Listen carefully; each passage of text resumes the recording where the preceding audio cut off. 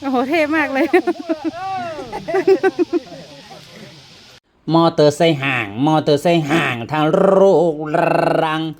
สวัสดีครับ วันนี้บ้านเพื่อนกลับบ้านบนดอยอีกแล้วครับเข้าสู่โหมดความเป็นจริงของชีวิตกระเป๋าแฮนด์เมดกับมอเตอร์ไซค์ห่างคู่ใจไปไหนไปกัน เวลาจอดถามทางสาวๆต้องจอดรถไว้ไก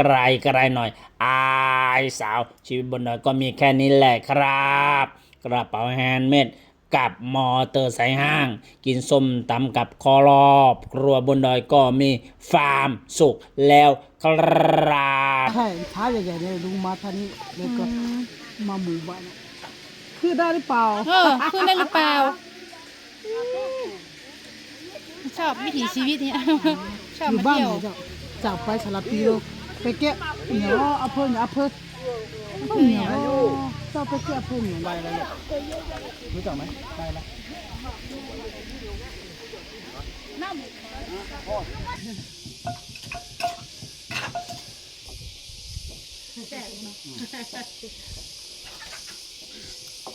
ส่วนมากนี่เขาจะแจกที่นี่นะ